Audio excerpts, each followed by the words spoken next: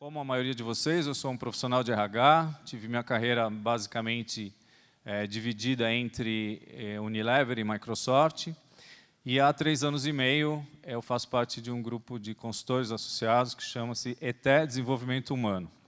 Minha função aqui hoje é apresentar para vocês o tema da nossa palestra, introduzir o palestrante e ajudar na moderação entre ele e vocês. Essa sessão faz parte do eixo Desenvolvimento de Recursos Humanos, que é um dos 4 eixos que se propõe a compor o grande tema do CONAR 2013, que é o tema da reconstrução, da inovação da gestão a partir de uma construção coletiva. Nosso entendimento no comitê temático foi de que o profissional de recursos humanos precisa se instrumentalizar de uma forma diferente do que ele vem fazendo, para que ele possa efetivamente ser um ator nesse processo de transformação das organizações. As organizações precisam se transformar para continuar sendo um lugar atraente, interessante, capaz de prover realização para as pessoas. E para que isso aconteça, nós, como profissionais de RH, precisamos também mudar algumas coisas. Esse é um pouco o objetivo do eixo Desenvolvimento de Recursos Humanos, é inspirar vocês a pensar um pouco nisso. Nessa nossa sessão, eu vou falar um pouco primeiro do palestrante. O Miguel Caldas foi diretor de RH da Vale, da Votorantim. Ele é um profissional que consegue evoluir brilhantemente em 2 carreiras, na carreira acadêmica e na carreira executiva de recursos humanos. Foi sócio da Coopers & Lybrand, da Andersen e da Price. Hoje ele é diretor de RH da Biosev e tem atuado aí por mais de 25 anos em áreas como fabricação, consultoria de gestão e ensino superior. Como executivo, tem especialização funcional em recursos humanos, saúde e segurança, comunicação organizacional e inovação. E ele é professor da Escola de Administração da GV há mais de 15 anos. O Miguel vai conversar com a gente, então, um pouco sobre o que é a formação, quais são os conteúdos, um pouco fazendo um fluxo. Não sei se alguém aqui esteve na palestra da professora Rosa Fischer ontem, quando ela nos falava da necessidade que nós, para sermos efetivamente agentes dessa transformação, temos de conseguir fazer uma leitura adequada do que está acontecendo à nossa volta, no ambiente social, no ambiente das nossas organizações, e conseguir traduzir isso para dentro da organização para que ela possa se transformar, se preparar para acompanhar. O Miguel vai entrar um pouco hoje num passo adiante, que é que conteúdos, que repertório é esse que nós deveríamos ter, ou deveríamos estar nos preparando, para conseguir fazer essa leitura de cenário. Como é que a academia está vendo isso? Como é que as organizações estão vendo isso? Ele vai ter, então, um tempo de fala. No meio desse tempo, ele vai fazer uma provocação através do telemeeting. Vocês vão participar nessa fase também. E, se a gente tiver tempo no final, a gente vai abrir para algumas perguntas também diretas através dos microfones. Então, eu queria convidar o Miguel Caldas, por favor, para vir ao palco. Obrigado, Cláudio. Obrigado, irmão. Obrigado de novo. Não preciso. Bom, olá de novo, todo mundo. Queria agradecer, antes de mais nada, vocês estarem aqui na hora do almoço. Não faz cara de fome para mim, que eu fico preocupado. Mas obrigado, eu me sinto honrado, porque eu acho que é o horário mais cruel da gente fazer esse tipo de conversa. Eu fiquei bastante animado quando o pessoal me pediu para conversar sobre isso, porque, na verdade, diz respeito a questões que eu mesmo me faço. Né? Qual é o repertório que um cara de RH precisa ter ao longo da carreira, né? E como é que essas coisas podem conversar ao longo da carreira também. Especificamente, a pergunta que me fizeram é quais são esses repertórios que você tem que trazer para dentro do RH, mas que também te habilitem, né, a outras visões e outras, eventualmente até carreiras, mas não necessariamente porque você precisa sair da carreira. Mas talvez você queira trazer esse repertório para dentro do RH tradicional. Por que eles pegaram a mim? Né? Não porque eu saiba quais são esses repertórios, mas porque é que eu sou um pouco de um ornitorrinco, vocês poderiam dizer. Ou seja, eu não voo direito, não tenho né? Eu não corro direito como homem, mas eu tenho um bocadinho de cada uma dessas coisas. Como o Cláudio estava dizendo, eu fui consultor há alguns anos, cheguei a sócio de empresas grandes de consultoria. Depois eu decidi voltar para o outro lado da mesa, que eu comecei como executivo. E durante o tempo todo eu sempre quis um pé na academia. Então eu fiz todo o trajeto enquanto executivo, e eu fiz o meu mestrado, eu fiz o doutorado e ensino há muitos anos. Aí as pessoas me perguntam assim, Miguel, como é que você consegue conciliar? Eu digo, quem disse que eu consigo, né? Mas respondendo seriamente, fazer tudo ao mesmo tempo não dá para conciliar mesmo. A variável de ajuste é a qualidade, você faz tudo pior, né? Que é o meu caso.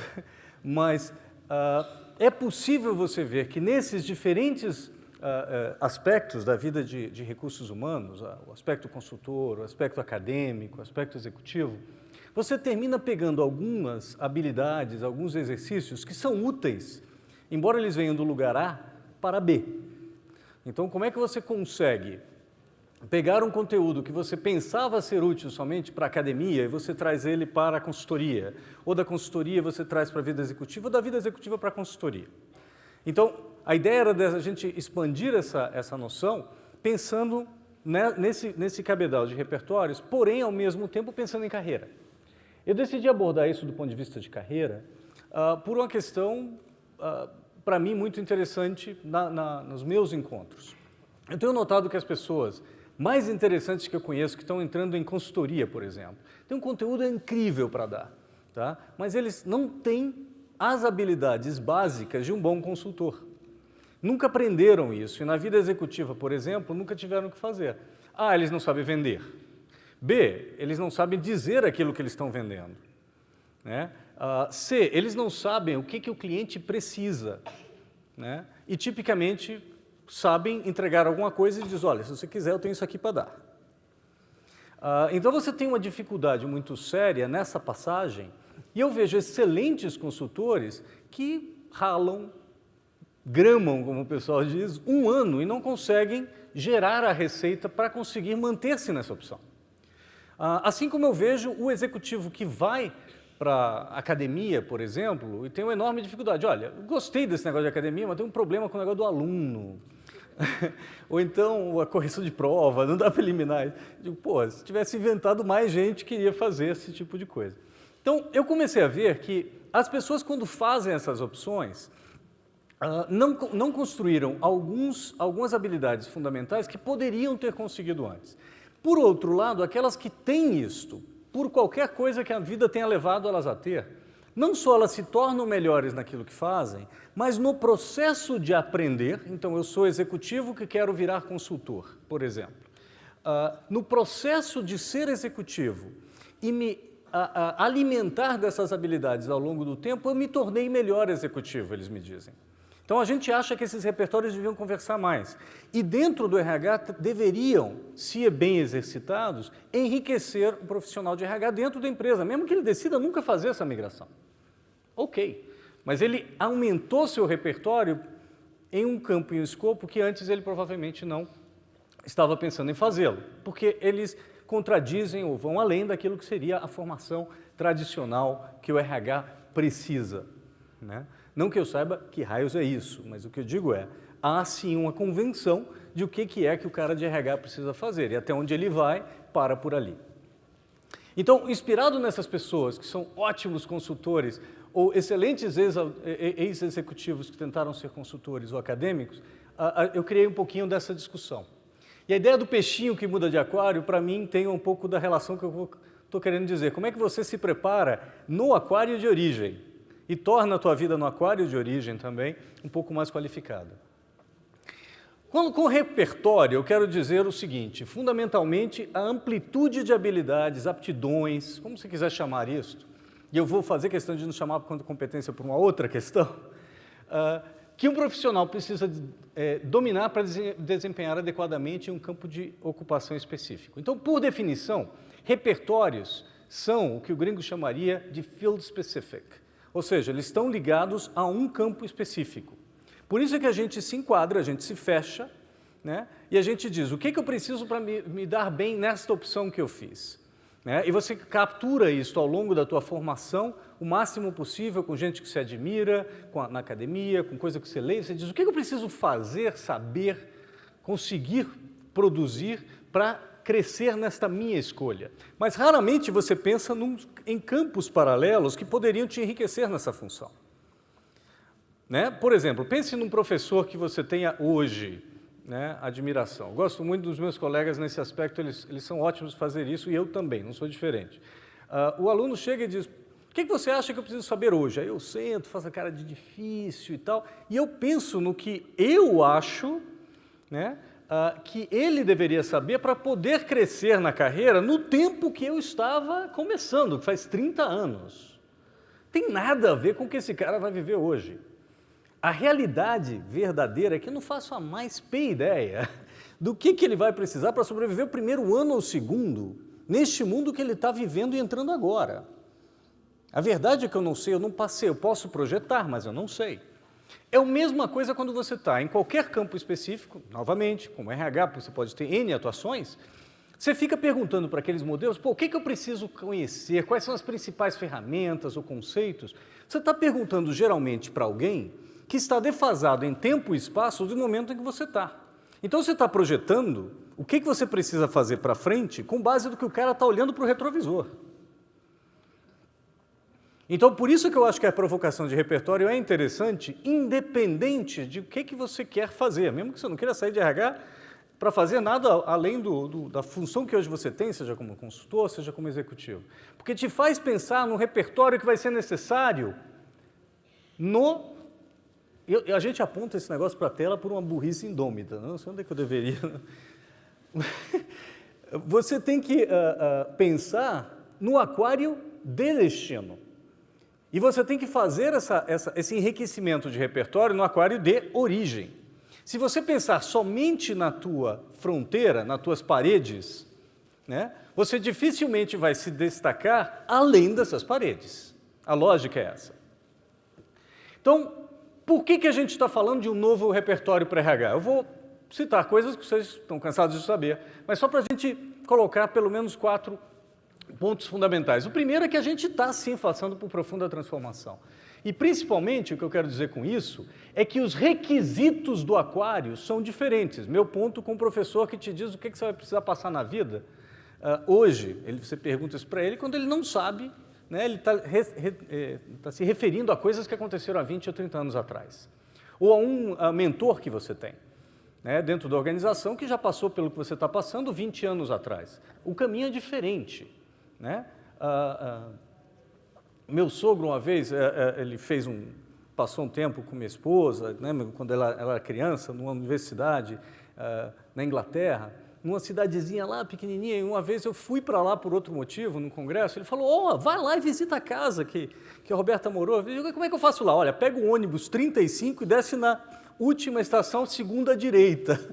Digo, você não acha que em 30 anos a cidade mudou um pouco, não, né? Você não tem essa ideia. Então, quando você chega para o mentor e diz, o que eu preciso fazer? Ele está olhando o campo como ele era 20 anos atrás. Então, a transformação, ela não só é a transformação do agora, é a transformação do que aconteceu nos últimos 20 ou 30 anos, em que você, né, seus mentores, desenvolveram essas trilhas, essas dicas que eles estão dando para você. A outra coisa que muda são as opções. Gente, pensa no RH de empresa. O RH de empresa está ficando menor, né? E ele não está ficando menor porque a gente está, de repente, fazendo a versão que um chefe que eu tive uma vez falava de enriquecimento de cargo. Enriquecimento de cargo tem uma noção na academia e outra na prática dele. Enriquecimento de cargo era assim, nós vamos mandar embora o seu colega e você vai fazer o trabalho dele, beleza? O RH não diminuiu de gente porque somente a gente fez enriquecimento de cargo na forma desse meu chefe. O RH diminuiu de tamanho por um monte de coisas que aconteceram com a própria função. Você tem um bocado de terceirização, você tem a qualificação de um monte, de um satélite. Pensa aqui no Conar, vocês já viram quantos estandes você tem de quantos provedores? Eu me lembro disso há 10, 15 anos atrás, alguns deles ainda estão aí, mas a grande maioria não tinha. Eu tinha que procurar 1 ou 2 ou 3 provedores para uma determinada solução, hoje eu tenho 15. Né? Esse amálgama de opções dá opções também de carreira para as pessoas, que entram em contato com o RH e transformam o RH, inspiram mudança, inspiram novos processos, inspiram mudanças que o RH termina refletindo em transformação dentro do RH. Uma das coisas mais simples é, à medida que eu tenho serviços mais especializados fora, eu diminuo o que eu preciso manter no meu core. Então, isso significa que eu tenho um monte de carreiras de RH que estão fora do limite da empresa, mas estão dentro do âmbito de atuação do que ela faz. Isso dá novas opções. Sistema em RH, gente. Há quanto tempo a gente trabalhava com os mesmos sistemas que faziam a mesma coisa e você tinha o Vanilla e se você não quisesse implantar o Vanilla, você podia customizar gastando 400 bilhões em ABAP ou coisa parecida. Mas hoje você tem múltiplas opções, boa parte dela em software as service. Você pode customizar de uma forma completamente diferente, você não tem programação, você tem, na verdade, parametrização que o próprio usuário pode fazer. À medida que você faz isso, você tem uma nova opção, também na tua carreira, que é se orientar para coisas que, na minha época, também não existiam. Então, essas mudanças no RH provocam também a ameaça, claro, para aquele que quer ficar no lugar, sentado na cadeira, como o RH era 20 anos atrás. Mas abre milhões de oportunidades, né, dentro e em volta do RH tradicional. A outra coisa que acontece, gente, é a obsolescência. A meninada, como todas as meninadas, não é meninada hoje, é meninada em qualquer situação. Você aprendeu mais rápido que seus pais. E teus filhos estão aprendendo mais rápido que você. Né? Eles vão trabalhar por menos do que você, vão ter menos frescura que você, com o que você vai pegar ou não vai pegar. O resultado disso, o objetivo é obsolescência mais rápida. Né? Ou seja, hoje você vai perceber uma carreira de RH potencial dentro da empresa tradicional menos longeva do que você perceberia essa carreira há 20 anos atrás. Isto força você a olhar, peraí, esse aquário aqui é como se você pensasse num aquário cujas paredes estão diminuindo. E você precisa pensar rapidamente em que outros repertórios eu preciso desenvolver aqui dentro, também para me capacitar quando esse aquário não couber mais eu. Né? O tempo de carreira, né, como eu acabei de dizer, e as opções que você aceita acaba sendo completamente alterada. Coisas que eu disse, eu nunca vou fazer isso, hoje eu mato minha língua. Aliás, eu parei de dizer isso porque a gente, né, parece que chama. Né? E acontece. Então, a gente hoje começa a aceitar coisas que a gente não aceita mais. Isso faz com que os aquários que a gente vive comecem a mudar. Né? E, nesse sentido, a gente precisa mudar junto. Vamos começar pensando nessa opção mais radical, da pulada, não de cerca, mas pulada de aquário. Né? Quantos de vocês, queria que vocês pensassem, quantos de vocês estão pensando em algum dia ter uma carreira diferente da que tem dentro de RH? Então, se você é um consultor, quanto que você está pensando em sair de consultoria e fazer outra coisa? Se você é um executivo de RH, quanto que você está pensando em fazer outra coisa? Então, eu pediria aos colegas que a gente desse uma revertida. Cláudio. Isso, por favor. Alô, a gente vai usar o telemeeting, é um sistema de votação instantânea, tem um gadgetzinho aí na maioria dos assentos, é um aparelhinho que está num saco plástico. Vocês vão votar agora nessas opções que estão no slide. Quem não tiver embaixo da sua própria pode roubar e emprestar da cadeira vizinha. Achem um aí, assim todo mundo participa. Então, a gente tem a pergunta e a opção 1 é o sim, a opção 2 é o não e a opção 3, estou ainda indeciso. Podemos votar? Podemos votar, gente? Sim, estou pensando em algum dia fazer uma mudança de aquário. 2, não. 3, não sei, ou muito pelo contrário. Fica aí, fica aí, fica aí. Pode, a gente tem resultado na hora? Tempo esgotado, parece que... Opa! Quod eram demonstrandum, né? Ou seja, é absolutamente... bate com o que eu penso, bate com o que eu vejo com as pessoas. Pergunto para as pessoas, e aí, está feliz nisso? Mas estou pensando em tal coisa. Raramente eu vejo alguém que diga, não, eu me vejo fazendo isso por 20 anos para frente. 15 anos para frente, 5 anos para frente. Então, veja, 80% deste auditório aqui está pensando em um dia fazer uma transição dessa.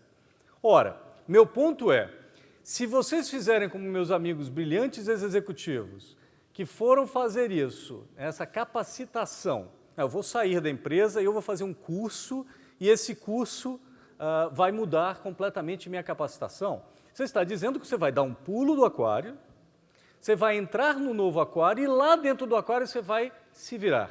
O que eu estou te dizendo é, se você tem isto, você deveria estar se preparando hoje, porque A, vai te deixar mais capacitado para o aquário amanhã, e B, você vai se tornar melhor no aquário agora. Porque isso só pode te acrescentar visões de mundo, percepções e capacidade de realizar. Esse é meu ponto para vocês. Mas esse é meu ponto e único ponto, eu vou repetir ele várias vezes de forma diferente, mas é esse aí. É mais ou menos esse. Bom, se você respondeu sim, 80% de vocês, se você está considerando ter um dia uma carreira diferente da que tem no RH, qual o principal motivo que te faz ter essa reflexão? O que te leva a ter essa reflexão? A Wright Associates, lá fora, fez uma pesquisa dessa e fez essa pergunta. Eu tenho as respostas, vou mostrar para vocês. Eu queria ver se mais ou menos bate com o público, porque eu acho que isso muda muito conforme país, cultura, etc. e tal. Tá? Então, eu queria perguntar para vocês, agora os 80% que responderam, né, 80% que responderam que sim, eu quero perguntar por que você está considerando ou refletindo sobre essa opção. E eu vou te dar algumas alternativas. Vocês podem mostrar nas perguntas lá? É do telemeeting de novo. Telemeeting de novo. É a segunda pergunta. Aqui tem 10, 11 alternativas. Eu vou responder. Vocês podem colocar várias, mas eu prefiro que vocês coloquem a principal. Eu sei que vai ser difícil, mas pega a principal. Primeira, cortes de pessoal atuais ou futuros na organização em que trabalha. Ou seja, você teme ser mandado embora e não ter mais lugar para você. 2, oportunidades fora da carreira atual que aparecem. Tem aparecido cada vez mais esse tipo de possibilidade. Terceiro, a tua liderança é pouco inspiradora e não representa modelo do que você quer no futuro. Isso é raro, o ambiente nosso é raríssimo, nossos modelos são todos brilhantes. O teu modelo é uma coisa assim, cara, se é para ficar mais aqui, para ser aquilo ali, eu não quero ficar, não. Né? 4, no presente tem uma relação desgastada com meus superiores. Em RH isso é raro também, mas né, se for o caso. Quero melhorar minha qualidade de vida ou ter uma equação vida-trabalho mais balanceada. Eu quero viver e não só trabalhar para poder viver. Não sinto que minha contribuição esteja sendo adequadamente reconhecida, não na empresa atual, do jeito que eu faço, que eu trabalho normalmente. Eu acho que eu contribuo muito mais do que eu tenho esse reconhecimento. Quero ganhar melhor remuneração, quero ganhar melhor benefício, e o que eu estou fazendo agora não me traz isso. Não tenho alinhamento com os valores individuais ou organizacionais de onde estou ou do que eu faço hoje. Tá? Meus pontos fortes e competências não têm bom alinhamento com o que eu faço hoje. Eu estou desenvolvendo coisas que estão cada vez mais longe do que o que eu faço hoje exige. Instabilidade financeira da organização ou do país, seja lá o que for.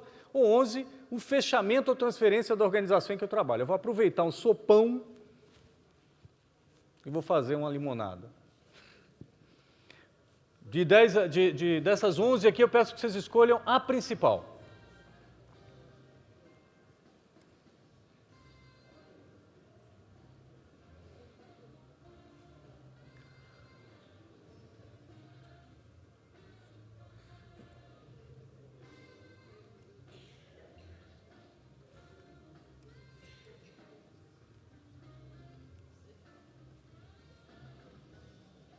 Últimos segundos.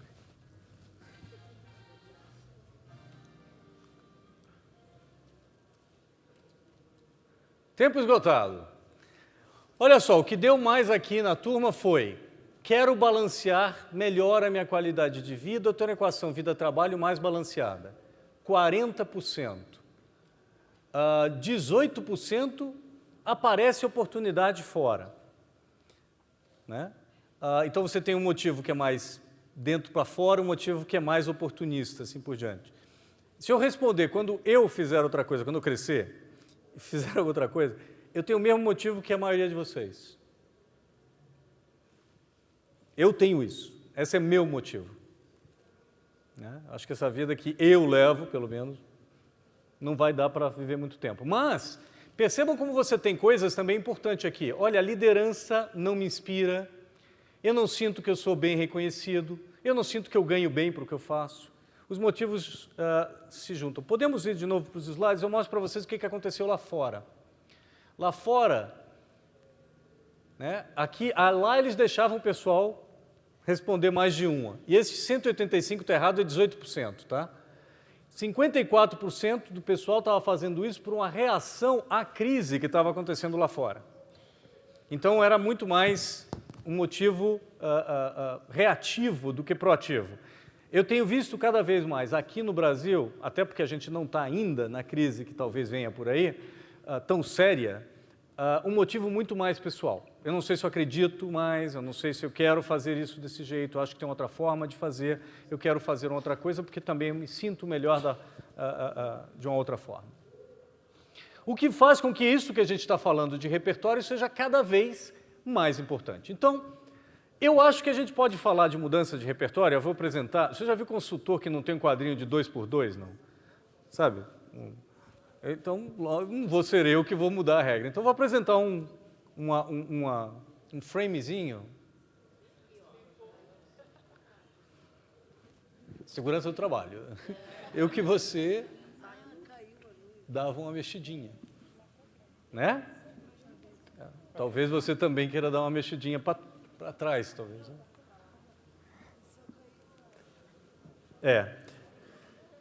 Prevenir, né, gente? Prevenir, vamos prevenir. Bom, então eu vou propor para vocês um modelo de 2 dimensões, tá? Que vai ter, na verdade, duas formas em que você poderia variar o caminho de repertório. Ou seja, Miguel, eu quero mudar meu repertório, eu quero aumentar as minhas possibilidades para um aquário futuro. Para onde é que eu vou? Para cá ou para cá? Eu basicamente sugeri 2 avenidas, que você pode pegar uma, pegar outra ou pegar ambas. Quanto mais você pega ambas, mais transformacional é. Obviamente, mais difícil é. Né? A primeira dimensão varia o que eu chamei da dimensão funcional. Ou seja, enquanto mais perto eu ficar, tá? Daquilo que eu faço hoje, daquilo que eu faço em termos de função, de especialidade. Então, eu sou, por exemplo, um cara de recrutamento e seleção dentro de uma empresa, e eu monto uma empresa de headhunting, a variação funcional que eu estou tendo de repertório é pequena. Existe, mas é pequena. Se por outro lado, eu sou um profissional de remuneração que monta uma empresa de terceirização de mão de obra, eu fazia A e estou fazendo B. Em termos de dimensão funcional. Tudo bem? Fácil de entender. Esses 80% que estão pensando em fazer outra coisa, eu vou perguntar para vocês se vocês estão pensando em fazer uma mudança, né, na dimensão funcional alta, média ou baixa. Então, tentem pensar aqui se é uma mudança muito alta, muito média ou se ela é baixa, nessa dimensão funcional, porque daqui a pouco eu acho importante vocês terem essa foto de qual é esse potencial aquário futuro. Tudo bem? Essa é fácil. A outra também não é difícil. É a dimensão comercial. Né? É uma dimensão, em teoria de mercado, na verdade, eu estaria dizendo em que mercado você está.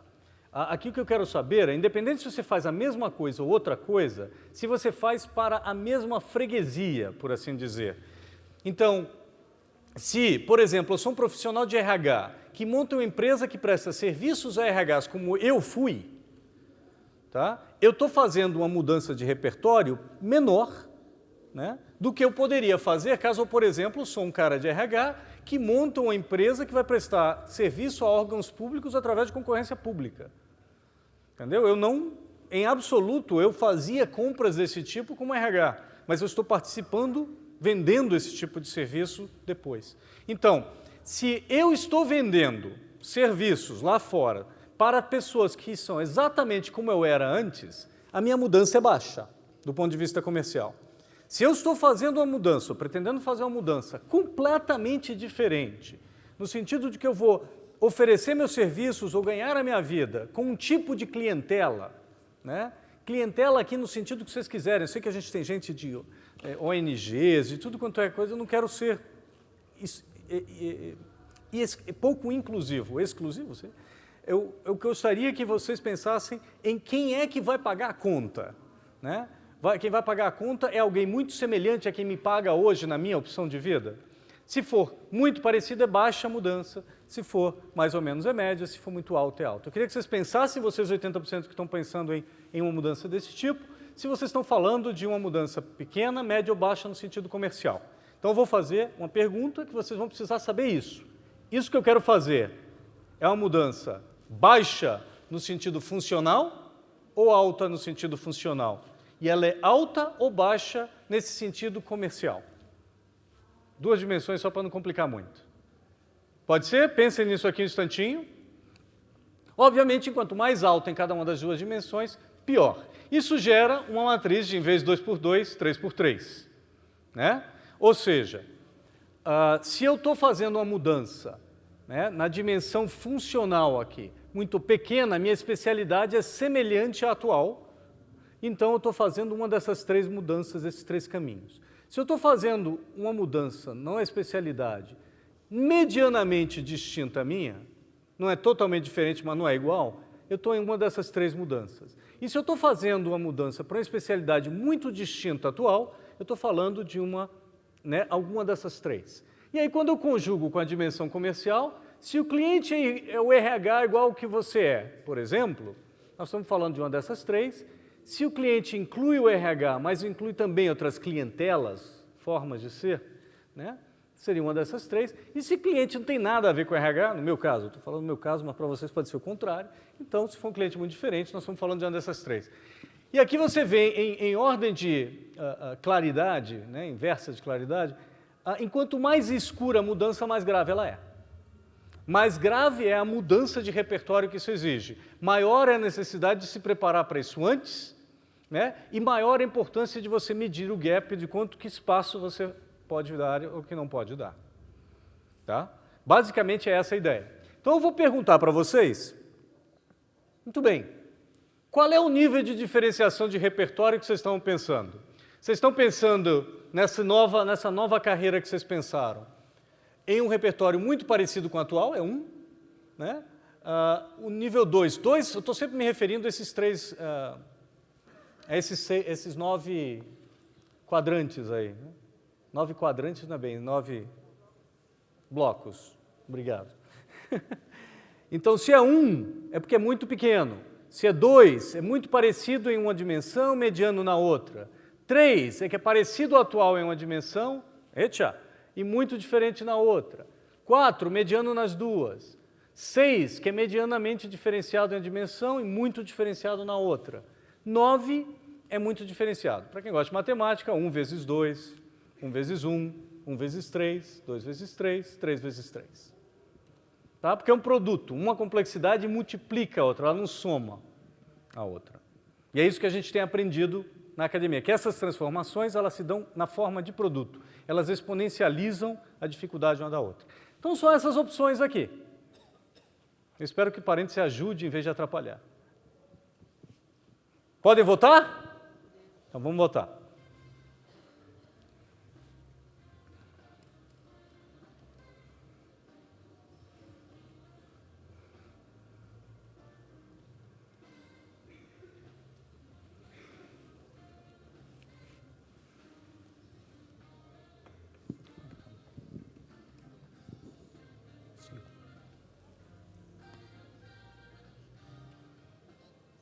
Últimos segundos.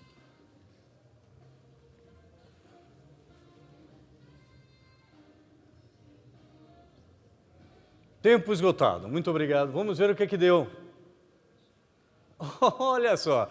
Está vendo essa linha crescente que está vindo da menor mudança para a maior? O que isso significa? Que a maioria de nós está tão de saco cheio com o que está fazendo que está pensando em uma mudança muito grande. Tá? Ao fazer isso, o que nós estamos falando? Voltamos para a primeira lição. Quando que a gente vai se preparar para a gente virar aquilo que a gente quer virar? É quando a gente fizer a mudança, quando a gente der o pulo? Provavelmente você não vai ter grana, ou o tempo para a grana, né, poder bastar, ou talvez a elasticidade muscular, porque vocês sabem que isto é um músculo. A gente precisa colocá-lo para treinar. Né? Aquela vida... Quantos de vocês são sedentários e dizem assim, como eu, não, mas mês que vem eu vou começar, então minha vida era sedentária e eu estou completamente em forma. Não é isso, é um exercício, é um processo de transformação. Então, o que a gente precisa é, se a mudança, enquanto maior for a mudança, maior é o preparo que eu vou precisar fazer e, portanto, maior é a antecedência em que eu vou começar a me preparar. E aí vem o segundo argumento. Se minha mudança é tão radical, ora, no processo de aprender, o quanto que eu posso melhorar na minha função atual? Se eu sou RH, o quanto posso ser melhor RH se eu tenho essa... Primeiro, eu sei muito mais, né, do que necessário para esse pequeno aquário. E dois, eu expandi meu horizonte em formas que aqui a gente nunca pensou. Provavelmente vou ter diferenciais em relação ao conjunto de pessoas que está preparando-se para ficar mais ainda nesse aquário. Ou melhor, no espaço melhor e território melhor nesse aquário. Então, quais são as ideias que eu trouxe para vocês disso aqui? Basicamente, eu vejo 3 rotas típicas. O primeiro tipo de rota que eu tenho visto é o solo, é o voo solo. Eu vou abrir um negócio e partir em carreira solo, porque eu vou fazer isto sozinho. A segunda é um empresariamento que eu chamo de coletivo, é um voo solo coletivo, praticamente. A gente tem a mesma casa, a gente compartilha algumas coisas, mas cada um deles está vivendo um pouco um voo solo. E o terceiro que eu vejo é a academia. Claro que o quarto, eu estou partindo do princípio de alguém que está dentro de uma empresa de RH. Pode ser que a gente estivesse falando de alguém na academia, eu tinha que acrescentar o quarto caminho, que é ir virar executivo. Tá? Então, por favor, me perdoem esse viés de quem está escrevendo. Né? O voo solo, que tipos de alternativa que a gente tem visto mais acontecer por aqui no Brasil em RH? É o cara que começa a fazer serviço freelance muito parecido com o que ele fazia na empresa. Tá? Talvez esse seja o 1 naquele quadrante lá. O cara saiu da empresa, mas ele faz a mesma coisa para o mesmo cliente, ele faz freelance. E ele faz isso por quê? Por causa da qualidade de vida, às vezes ele até ganha melhor. Ele põe um pouco mais de risco na atividade, mas ele começa a controlar o próprio tempo. A terceirização pontual ou individual? A pontual, eu estou falando de você terceirizar uma atividade durante um período de tempo, ou você ser um terceirizado individual. Né? Quem é que faz aquele trabalho para vocês? É o mesmo cara que fazia, ele ainda está na empresa? Não, ele saiu, montou a empresa e agora a gente contratou ele. E é o mesmo cara que está fazendo aquilo há 200 anos. Essa é uma terceirização muito individual, é do Zé. Não é que você estruturalmente decidiu terceirizar aquela atividade. Mas dependendo de quão necessário você é, na organização você pode chegar a um tipo de acordo como esse. E isso começa a trabalhar em vocês habilidades de negociação, de posicionamento, que são interessantes para você dentro da empresa. Né? Quarteirização individual. Tem um amigo meu que o que ele ganha a vida hoje, saindo do RH, ele gerencia os terceirizados de algumas empresas. Porque o problema de terceirizar é quem vai gerenciar esse bando de contratos, esse bando de relações. Ele basicamente faz essa ligação. Ele conhece o que o cliente quer, que ele conhece muito bem a organização, e ele sai gerenciando os terceiros. Esse é um trabalho extremamente valioso e ele ganha muito bem nessa atividade. E eu tenho visto pessoas indo muito mais nessa atividade de intermediação, principalmente para vocês que conhecem muito bem a organização. Então, essa novamente aqui passa a ser o que tipo de repertório você vai precisar. Gerenciamento de projetos, né? Gerenciamento de relações, muita coisa ligada ao processo tributário de como você fatura, não fatura, quem fatura, como fatura, e você tem vários ganhos nisso aqui. Obviamente, o caminho solo passa também pela opção de coach, que tem uma explosão no Brasil, que é um negócio impressionante, né? Se vocês viram os números de quanta gente está indo fazer coach. Até porque tem coach de final de semana, tem coach que demora 2 anos para fazer a formação, então você tem de tudo no mercado, porque é uma saída muito rápida para alguns profissionais. E você tem o consultor individual. O Beth é uma história antiga em consultoria. Eu comecei a perder muito projeto na Price, em algumas empresas. O pessoal, para quem que a gente perdeu? Pensava que eu tinha perdido para a McKinsey, para a Buzal. Não, perdeu para a Beth. Certo, Beth. Eu procurando na internet, era Beth, tipo Batman, entendeu? B-A-T, entendeu? Eu passei um tempão e não achava quem era a Beth. Eu digo, cara, quem é essa empresa Beth que eu não conheço, que está me roubando? Não, é a Elizabeth, que ela saiu da empresa tal e saiu vendendo o projeto porque ela era uma consultora individual. E ela saiu vendendo o projeto. Às vezes você tem isso, né? Aquele cara que faz um negócio muito melhor do que outro, sei lá. Pensa, Marisa Éboli com escola corporativa. Ela é uma marca individual super importante. Ela faz isso mais do que muita empresa. Né? Tem gente desse tipo que isso acontece. A outra ideia é o empresariamento coletivo. Então, eu me junto com outros, e quanto que eu me junto com isso, muda também as opções que eu tenho. Eu posso ser o prestador de serviços coletivo, então a empresa de serviços de RH, e aqui você navega no horizonte no mar das oportunidades da terceirização em recursos humanos. Isso é um caminho que a gente está vendo, a redução de custo fixo, a variabilidade desse custo ao longo do tempo, está fazendo um mar de serviço, como a gente viu e falou aqui. A empresa licenciada de ferramentas para RH, isso aqui é um caminho impressionante. O que tem de gente no Brasil, que ele tem uma ferramenta que ele licenciou de alguém, que ele vende, que é o teste que você faz, que é aquela determinado tipo de ferramenta que você usa, que alguém está pagando por ela. Você ter uma ferramenta como essa e você agenciar isso e dominar, isso é um negócio em si. As pessoas vendem a licença, vendem o uso, vendem o treinamento de quem vai interpretar a ferramenta, ou seja, é um negócio. E tem colegas nossos que fazem bom dinheiro com isso, como vocês sabem, depois de saírem de empresa. Você tem o terceirizador de serviços de RH, que você realmente pega uma função inteira e você consegue terceirizar, né? A empresa de consultoria de RH, que é a Beth, depois de um monte de gente aí com a marca, etc., que vai, sei lá, não em RH, para não ficar fazendo propaganda de gente em RH, mas Falcone, por exemplo, um cara individual, né, e hoje ele tem uma escola de pensamento que segue ele, é uma empresa de consultoria como qualquer outra. Né? Se você pensar em McKinsey, era McKinsey & Company, era ele e companhia, né, até que ele saiu. Isso é o que a gente chama de empresa mais de varejo, pode ser uma boutique. Né? E, por fim, a academia. A academia precisa de treinamento. Né?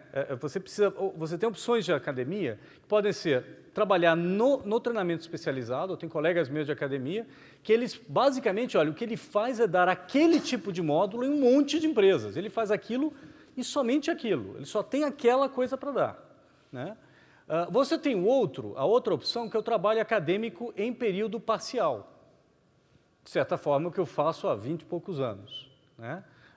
Eu trabalho uma coisa e faço academia do outro lado. Qual é o problema disso? Obviamente, é o investimento nas duas coisas e os trade-offs que você tem que fazer para fazer as duas coisas bem, se é o que você quer fazer. Ou o trabalho acadêmico em período integral.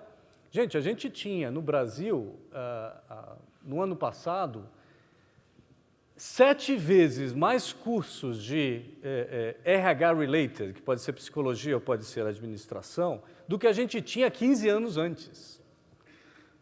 Precisa de gente para dar aula. Né? E tem amigos meus, por exemplo, se você tiver um bom doutorado em alguma publicação, o cara aluga seu diploma, para você ter ideia. Você vai lá, entendeu? Não precisa vir dar aula. Eu acho isso meio antiético, mas só para te dar a ideia de quanto que gente está precisando de gente para dar aula. É uma necessidade efetiva, essa explosão, né, universitária no país. Quais são as 4 coisas que eu acho que vocês, 80% aí que estão pensando nisso, ou 100% que estão dizendo, pô, eu acho que vale a pena diversificar-me melhor no meu aquário? Eu acho que você tem que pensar, basicamente, em 4 elementos. O risco, ou seja, você tem que pesar muito bem o que você vai fazer versus o que você vai perder, ou seja, o tempo que você tem, quanto que você tem de upside. O esforço, quanto que eu vou precisar fazer isso? Eu quero ser um acadêmico em tempo integral. Você fez algum tipo de pós-graduação? Não, eu quero ir para as cabeças em acadêmico de período integral. Legal, eu tenho 75 anos, eu vou começar a fazer um processo de graduação, de pós-graduação em stricto sensu. Vai ser duro. Vai ser duro de você fazer isso. Você tem 30, 35, 40, eu tenho um aluno de 50 anos de idade, cara, e foram muito bem. Entendeu? Em mudança de carreira como essa. Agora, existe um esforço que você vai fazer em uma etapa da sua vida que você tem que pensar se você pode fazê-lo. Né? Mas eu queria me concentrar no tempo, até porque eu imaginava que a gente teria uns 80% de gente querendo fazer uma transição grande, né, ou uma grande parte, eu imaginei, será que esse pessoal está tendo a antecedência necessária? Por quê? Porque a gente está querendo fazer uma mudança grande, né? Precisamos fazer uma preparação grande também. Então, a pergunta que eu tenho para vocês aqui no negocinho... Telemeeting. Quanto que você acha que em tempo é necessário para você estar apto em seu repertório projetado, né? Isso é para a gente não ficar brincando de fazer planejamento errado, né? Vamos pensar em quanto tempo eu vou demorar, começando hoje, para estar apto. Vamos lá, votando? De 3 meses ou menos, 3 a 6 meses, 6 a 12, 12 a 24, mais de 24 meses.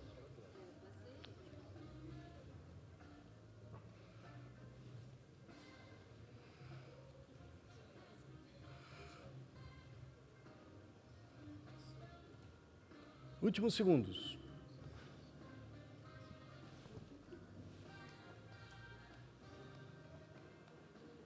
Tempo esgotado. Vejamos os resultados. Olha aqui. A maioria de vocês está dizendo que vão precisar de, né, algo entre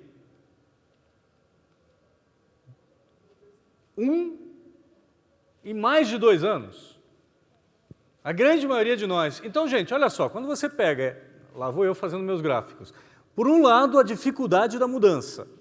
E por outro, o tempo que você tem, isso mostra a urgência de você trazer esse repertório hoje. Faça isso porque é inteligente, senão você não consegue fazer uma transição suave, você vai ter uma transição que vai custar para você, emocional, fisicamente, financeiramente. Mas é também interessante porque um profissional que, poxa, dentro de empresa...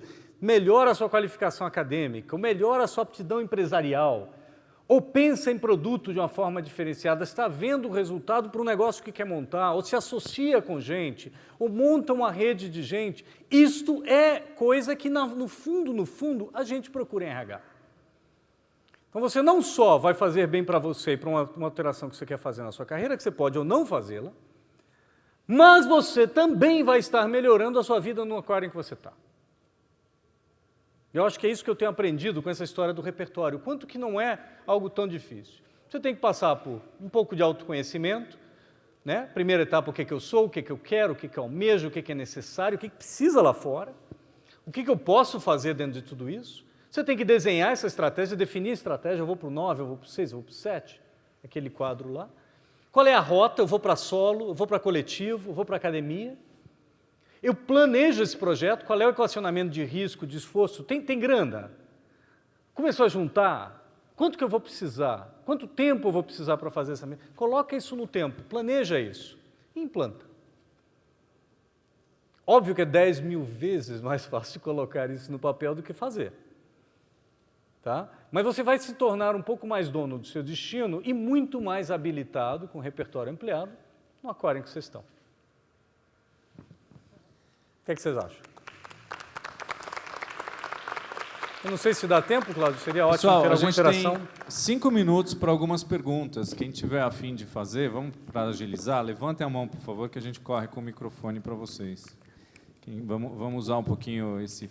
Pedido do Cláudio é que não sejam perguntas depoimento, não é isso, Cláudio? Como é que é a história do pergunta de depoimento é aquela que a gente conta todo um caos, né? E aí a pergunta fica no final. Quem levantou a mão? Caldas, como vai? Tudo bem? Tudo bem? Tudo jóia. Me fala um pouquinho do desafio da amplitude de repertório no setor sucroenergético, pensando nos seus diretos e nas equipes que você gerencia e coordena, né? O setor sucroenergético é um setor, ou seja, difícil no Brasil. Ou seja, a gente está falando de... Minha empresa é a segunda empresa maior do mundo nesse setor. E ela controla somente 1,5% do market share global. Então, você está falando de alguém que é price taker. A gente não domina coisa nenhuma, a gente é segundo, mas não manda nenhum pedaço. E o primeiro também não manda muito. Se você pegar todas do Brasil, a gente não manda em 20%. E o que significa isso? São empresas muito grandes, a gente está falando de 18 mil, 20 mil, 30 mil, 40 mil pessoas, com necessidades muito básicas e um grupo corporativo muito sofisticado, que está olhando o resultado que está dando em Nova York, está redeando e vendo o que está acontecendo com a Bolsa de Japão. Então, o cara que trabalha numa empresa dessa, a não ser que ele esteja na fábrica, ou na usina, ou na agrícola, Ele é um cara que ele precisa fazer uma transformação de repertório imensa, ou ele morre na usina. Entendeu? Então, o grande problema que eu tenho nesse tipo de coisa, eu tenho uma equipe de 170 pessoas. Eu tenho enorme dificuldade de pegar alguém que está na fábrica e fazer ele sair da fábrica e pegar outro repertório. Porque ele não está enxergando como é que é a empresa. Para ele, a empresa é aquilo que ele está vendo todos os dias. Eu acho que é uma coisa parecida quando eu vivi na Vale, o cara que está dentro de uma mina, poder trabalhar na logística, ou coisa parecida, quando eu estava na Votorantim, tinha o mesmo tipo de dificuldade. Falar com o chinês, por exemplo, que não sabia falar Votorantim, ele não consegue falar. Não conseguia falar Votorantim. Esses vocábulos eram muito complicados. Então, eu acho que você abrir repertório é abrir possibilidade. Antes de mais nada, você diz para o cara, ó, tu quer morrer aqui? Entendeu? Agora, olha só o que está do lado da tua porta e vê quão grande que pode ser a mudança. O cara, às vezes, não faz o investimento porque ele acha que a vidinha é só a vidinha da usina. E aí o resultado é que a gente pega quase tudo de fora do setor, porque o setor é muito pobre, geralmente, em talento. Não sei se eu respondi. Quem mais? Tem algumas perguntas pré-feitas, inclusive, que eu fiz aí. Mas são provocações. Eu acho que eu espero mesmo que vocês percebam quanto que esse tipo de coisa a gente tem que pensar, fazer já, em vez de mais tarde, e o quanto que isso pode beneficiar você aqui e agora, e não ser só uma coisa que vai te beneficiar daqui a esses 2 ou 3 anos. Porque o RH precisa de gente que abra a cabeça e pense diferente agora, não daqui a 2, 3 anos. É isso. Gente, muito obrigado. Obrigado, Miguel, pela participação. Prazer e uma honra. Muito obrigado, gente. O e-mail, se vocês quiserem alguma coisa, eu deixei ali.